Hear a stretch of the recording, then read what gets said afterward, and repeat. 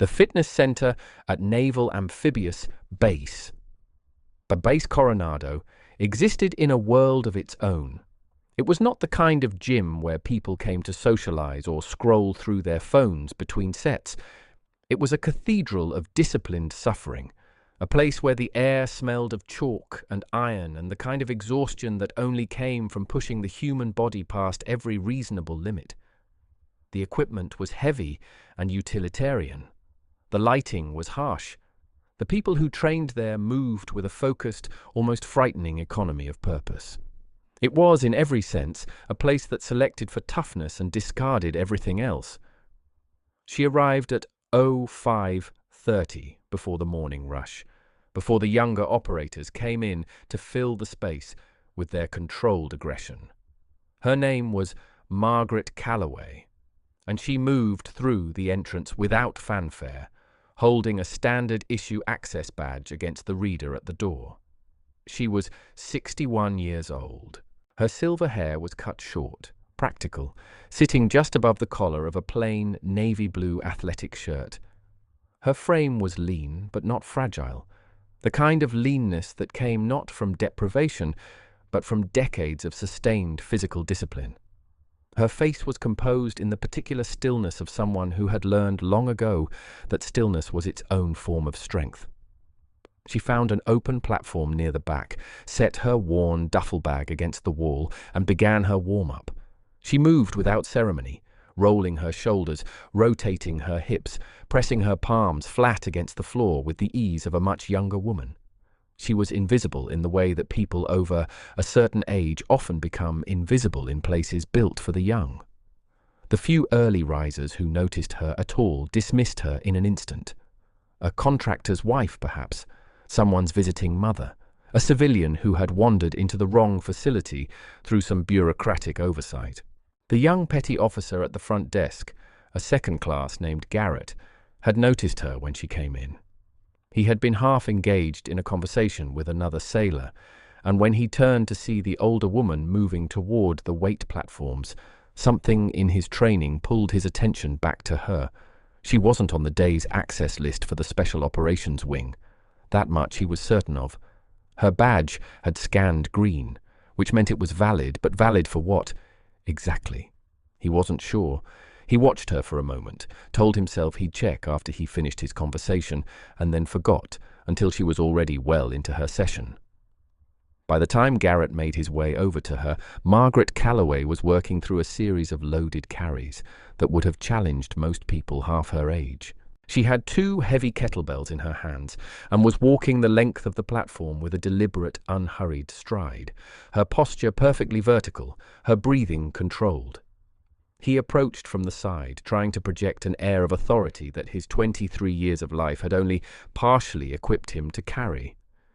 He told her politely but firmly that this section of the facility was designated for active special operations personnel and their direct support staff. He told her that her access badge appeared to have been issued under a general base authorization, rather than a specific unit credential. He told her, with the careful diplomacy of someone who did not want a scene, that he would need to see additional documentation or ask her to move to the general fitness area in the adjoining building. His tone was measured. His intent was not unkind, but his eyes, without his being fully aware of it, kept returning to her age, to the silver hair, to the absence of a unit affiliation patch on her shirt. He was not seeing a person. He was seeing a category, and the category he had placed her in was one that did not belong in this room. Margaret set the kettlebells down with unhurried precision. She straightened, turned to face him, and looked at him for a moment without speaking. Her eyes were a pale, clear grey, and there was nothing in them that resembled the defensiveness or embarrassment he had expected. There was only a calm, patient appraisal. She told him that her credentials had been updated in the system as of the previous week, and that if the access log showed a general authorization, it was a clerical issue worth correcting, not a reason to question her presence in the facility. Her voice was even and low and carried no edge of challenge. She was not arguing. She was simply providing information, the way a person does when they are very confident and have no need to perform that confidence. Garrett was not equipped to process this particular kind of stillness. His experience with civilians on base trended toward the nervous and the apologetic. This woman was neither. He asked again, more carefully this time, whether she was affiliated with a specific command element and whether there was someone he could contact to verify. She told him there was. She gave him a name. The name of the current commanding officer of Naval Special Warfare Command. Not a department head, not a liaison officer. The commander himself. She said it the way someone gives a bus number. A simple piece of practical information offered without embellishment. Garrett blinked. He wrote the name down. He told her he would need to make a call and asked her to please wait near the front area. He walked back to his desk, picked up the internal phone and started working through the administrative chain, which was slow at 0530 and slower still when the call you were making involved the name of a flag officer. He spent 12 minutes on hold, transferred twice, and finally reached a master chief in the commander's front office who asked him, with a tone that could have stripped paint from a bulkhead, to repeat exactly what he had just said. Garrett repeated it. The Master Chief went quiet for a moment. Then the Master Chief asked him what the woman looked like. Garrett described her: silver hair, blue shirt, around 60, working on the lifting platforms in the SOCOM wing. The Master Chief asked one more question. He asked whether she had a tattoo on the left side of her neck, just below the ear. Garrett said he hadn't noticed. The Master Chief told him to go look and call back. Garrett walked back across the gym, feeling for the first time that morning that the ground beneath him was less certain than it had been before. Margaret Calloway was back at her platform. She had resumed her session without waiting for his return, as though his authority over her movements was a matter she had already internally resolved. He came around to her left side and looked. There, just below the curve of her jaw, partially obscured by the collar of her shirt but visible when she tilted her head forward during a movement, was a tattoo. It was small and precise, a trident rendered in dark ink, stark and deliberate, not decorative but emblematic, the kind of mark that was not applied to the skin for aesthetic purposes. Beside it, in lettering so small it required close attention, were 2 words and a number, a call sign and a deployment designation from an era that predated Garrett's enlistment by more than a decade. He went back to the phone. He told the Master Chief what he had seen. The Master Chief said 3 words that Garrett would remember for the rest of his career. He said, "Do not move her." Then the line went quiet, and in the background, before it disconnected, Garrett heard the sound of a chair being pushed back from a desk with considerable force. The Master Chief's name was Delgado, and he had spent 26 years inside the Special Operations community in roles that did not appear on any public-facing roster. He was not a man given to alarm. He had been in rooms where decisions were made that changed the shape of conflicts on 3 continents, and he had learned in those rooms to keep his face neutral and his voice level, regardless of what was happening inside his chest. But when he set the phone down after speaking with Petty Officer Garrett, he sat still for exactly 4 seconds, which for a man of his disposition was the equivalent of a long and anguished pause. Then he stood, buttoned his blouse, and walked directly to the office of Commander Hale. Commander James Hale was 54 years old and had commanded at every level the Navy's Special Warfare community offered. He was not a tall man, but he occupied space the way certain people do, as though the air around him had agreed to move aside. He was reviewing logistics documentation when Delgado knocked and entered without waiting for an answer, which was itself unusual enough to make Hale look up immediately. Delgado told him what the petty officer at the gym had reported. He told him the description. He told him about the tattoo. Hale's expression did not change in any dramatic way, but something behind his eyes shifted, the way light shifts when a cloud passes over it, subtle and total at once. Hale asked Delgado if he was certain. Delgado said he was not certain, but that the petty officer's description of both the individual and the tattoo was consistent enough that he believed the matter warranted the commander's personal attention. Hale was quiet for a moment. He asked his aide to pull a specific file from the classified archive, a personnel record that had not been accessed through normal channels in several years. When the file appeared on the screen, Hale looked at it for a long time without speaking. The photograph was from 2 decades earlier, the face younger, the hair dark, but the posture and the expression were unmistakably the same stillness that Garrett had tried and failed to categorize at the front desk of the gym. The name at the top of the file was Margaret Ellen Calloway. The rank listed was Master Chief Petty Officer, retired. Below that, a cascade of designations and awards that filled the page and continued on to the next. And below that, a service history that read less like a military career and more like a classified account of the previous 30 years of American special operations. Hale closed the file. He told Delgado to get his vehicle ready. He told his aide to locate Commander Ava Reyes from the training directorate and have her meet them at the fitness center immediately. He picked up his cover from the corner of his desk, settled it on his head with practiced precision, and walked out of his office without another word. Back in the gym, the situation had deteriorated in the quiet, procedural way that institutional situations deteriorate when the people involved have more confidence than information. A chief petty officer named Brosnan had arrived to support Garrett, having been notified that there was an access issue in the SOCOM wing.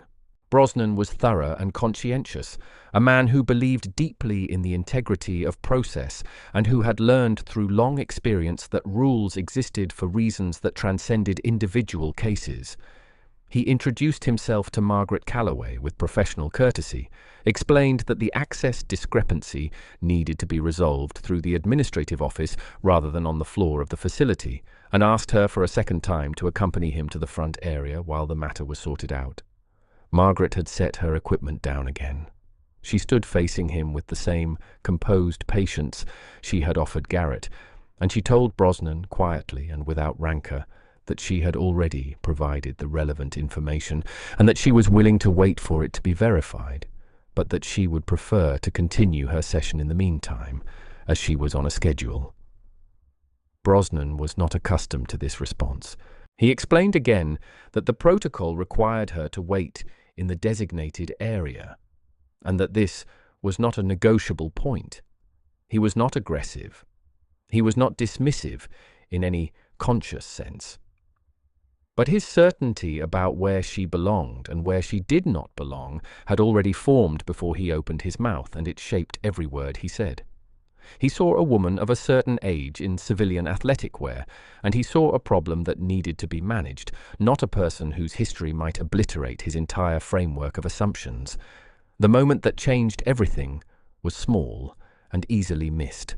Margaret had been listening to Brosnan with the patient attention of someone who has heard many versions of the same argument and has long since stopped finding them interesting.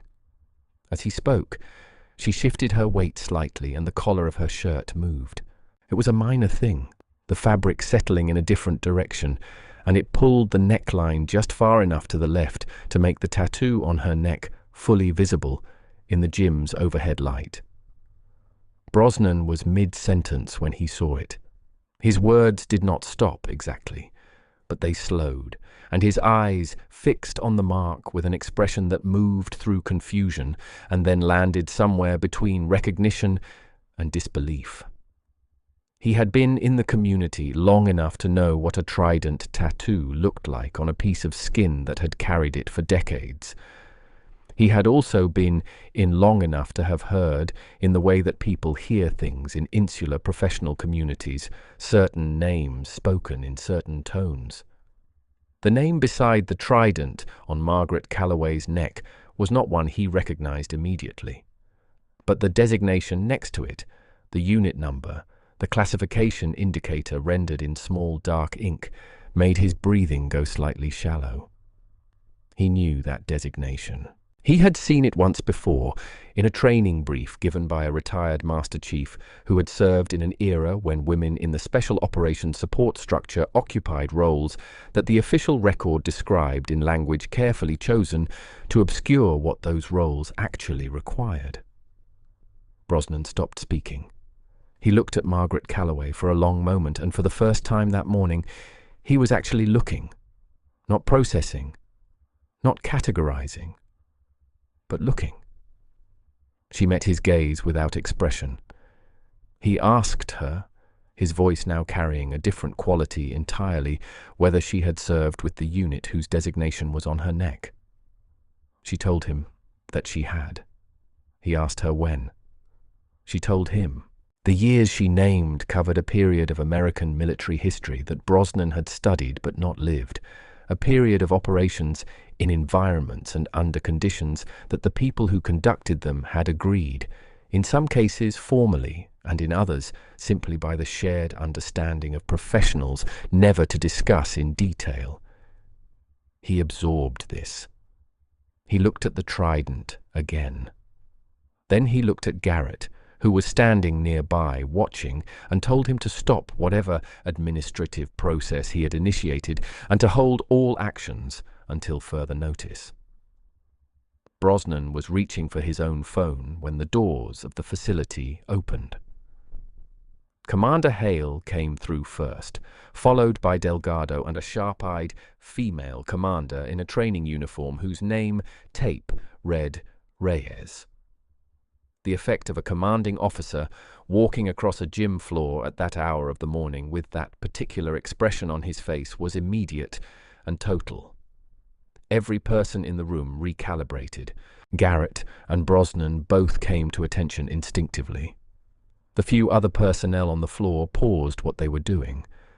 The ambient noise of the gym, the clanking and the rhythm of exertion faded as people registered that something significant was happening. Hale walked past Brosnan and Garrett without acknowledgement. He walked past the front desk and the equipment racks and the platform area where the confrontation had unfolded. He walked directly to Margaret Calloway, who had watched his approach with the same unreadable composure she had maintained since she walked through the door. He stopped in front of her.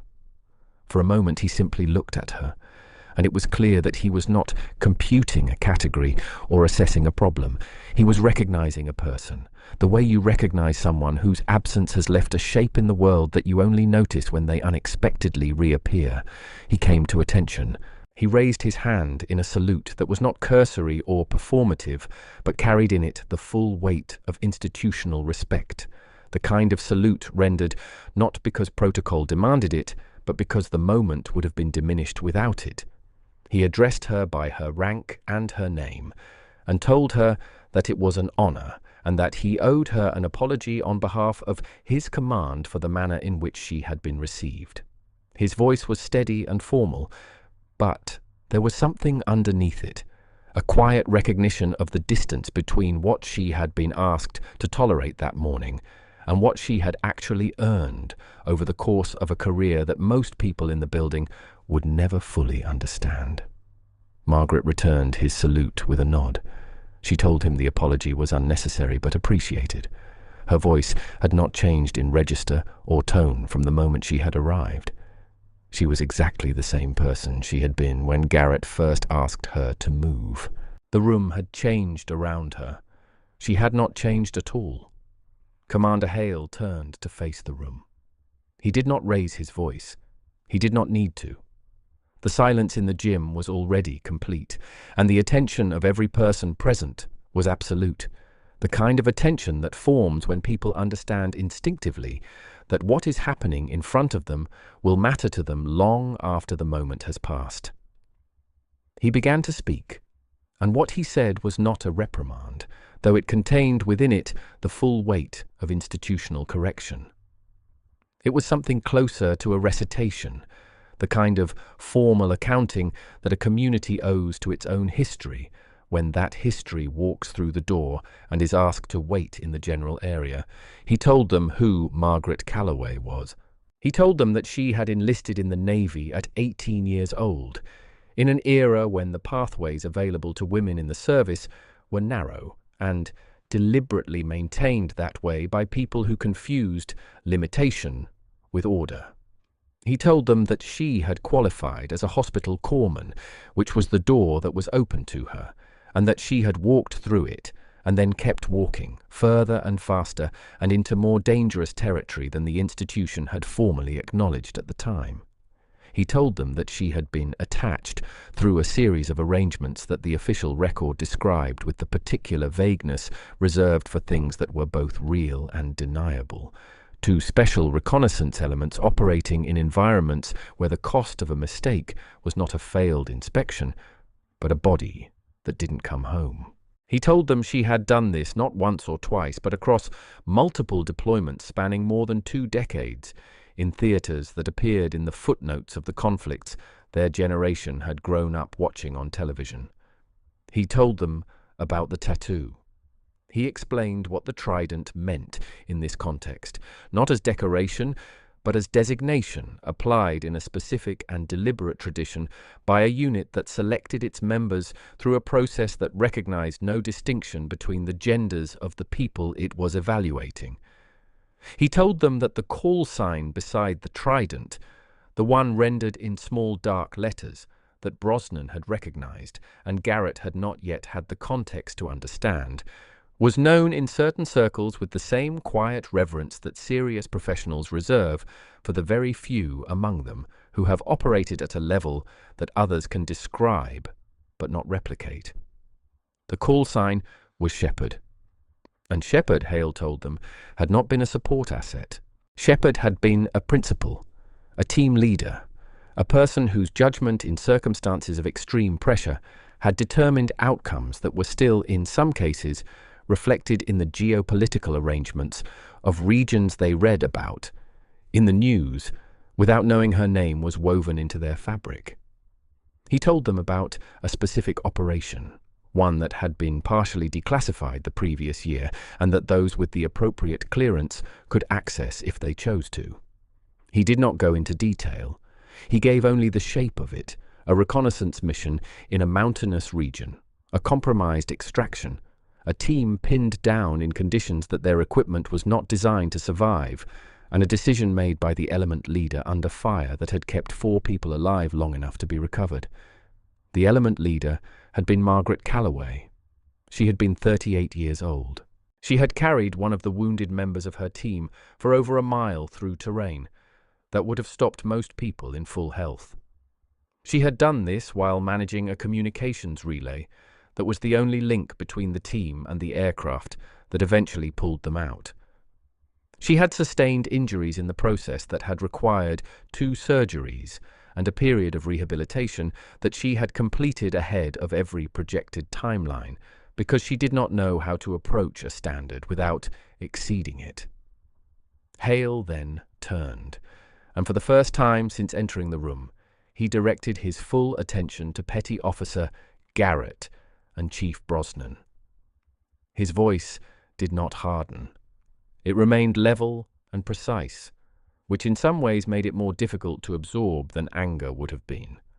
He told them that they had not failed in their commitment to procedure.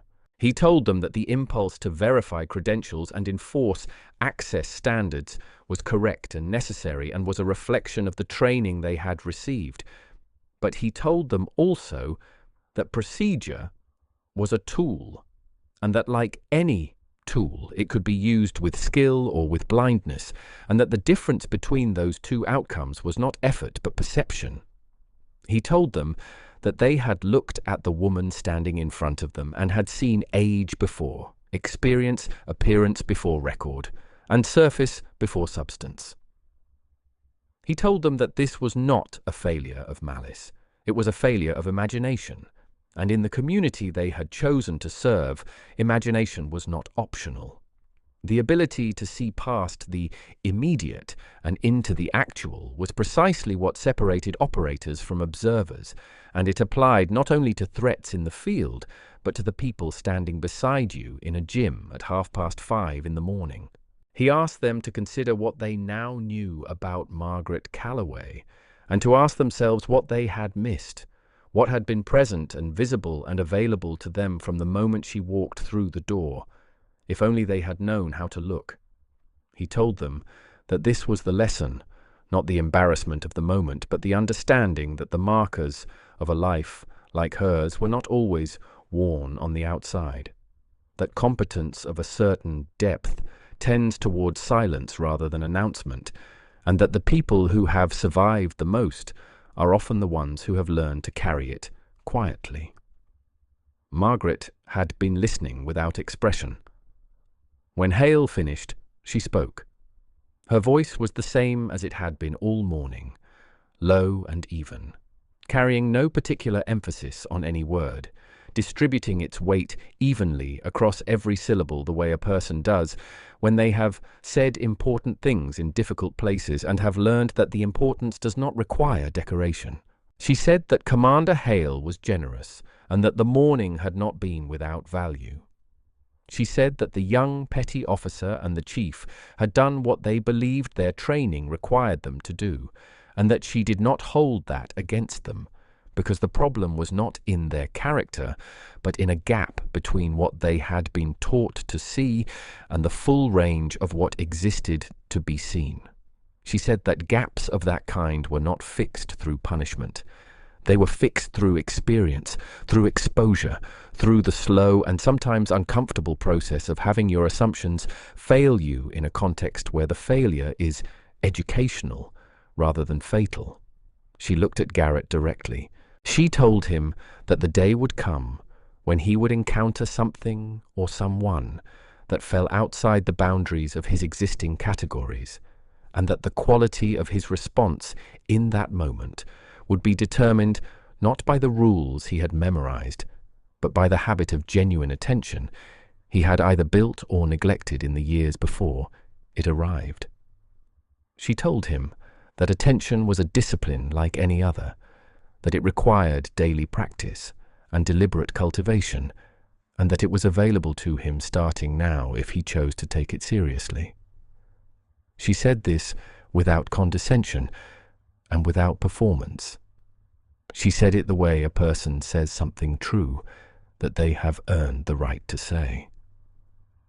Commander Reyes, who had stood quietly beside Hale throughout the exchange, spoke briefly. She told the assembled personnel that the training directorate would be incorporating the events of the morning into a revised protocol for access, verification, and personnel recognition across the installation's special operations facilities. She said that the revision would not be punitive in its framing, but developmental, oriented toward building in every sailor and officer the capacity to verify thoroughly and perceive accurately, and to understand that both of those obligations existed simultaneously and could not be satisfied by attending to only one. She looked at Margaret as she said this, and there was in her expression something that went beyond professional acknowledgement, a recognition between two women of the particular texture of a path that had required more than skill to navigate. The gym returned slowly to its rhythms. Personnel resumed their sessions with the particular focused quietness of people who are still processing something they witnessed. Garrett returned to the front desk and sat down and did not speak for a long time. Brosnan found a task to occupy his hands and performed it with care. Hale exchanged a few quiet words with Delgado and then with Reyes, and the business of the command reasserted itself with the momentum that institutions always recover, though the room it recovered into was not quite the same room it had been an hour before. Margaret Calloway completed her session. She did not rush, and she did not linger. She worked through the remainder of her program with the same deliberate economy she had brought to it from the beginning, each movement precise and purposeful, nothing wasted, nothing performed, When she finished, she wiped down the equipment, replaced everything in its proper position, and collected her duffel bag from against the wall. She paused for a moment before she left, her hand resting briefly on the worn canvas of the bag. And in that pause there was something that a person paying close attention might have recognized as the particular stillness of someone who has returned to a place that once meant something to them, and is allowing themselves, briefly and privately, to acknowledge that. She walked to the door. Garrett looked up from the desk. He did not speak, but he came to his feet, and the posture he held was not the posture of a petty officer managing a security checkpoint. It was something simpler and more fundamental, the posture of a young person in the presence of something they have just understood they did not previously comprehend. Margaret Calloway glanced at him as she passed. She gave him a single nod, the kind that contains a full sentence without requiring any of its words. Then she pushed through the door and stepped out into the early California morning, the air cool and salt-edged off the bay. And she was gone. The door settled closed behind her. In the gym, the sound of iron and effort resumed. Outside, the base was coming fully awake, the machinery of service turning over into another day. Somewhere in the training directorate, a revised protocol was being drafted. Somewhere at a front desk, a young petty officer was sitting with a new question he would spend a long time learning to answer. And somewhere on a path along the waterfront, a woman with silver hair and a trident tattoo was finishing her morning the way she had started it, in motion, in silence, and entirely on her own terms. There are people who have carried this country's most difficult work in the quietest possible way, whose names appear in records that most of us will never read, whose sacrifices are written not in monuments but in outcomes, in conflicts resolved and lives preserved and doors held open for those who came after. The story of one morning at a gym on a naval base is a small thing measured against the weight of a career like Margaret Calloway's. But small things have a way of teaching large lessons if the people inside them are willing to learn. That willingness, in the end, may be the most important qualification any of us can carry.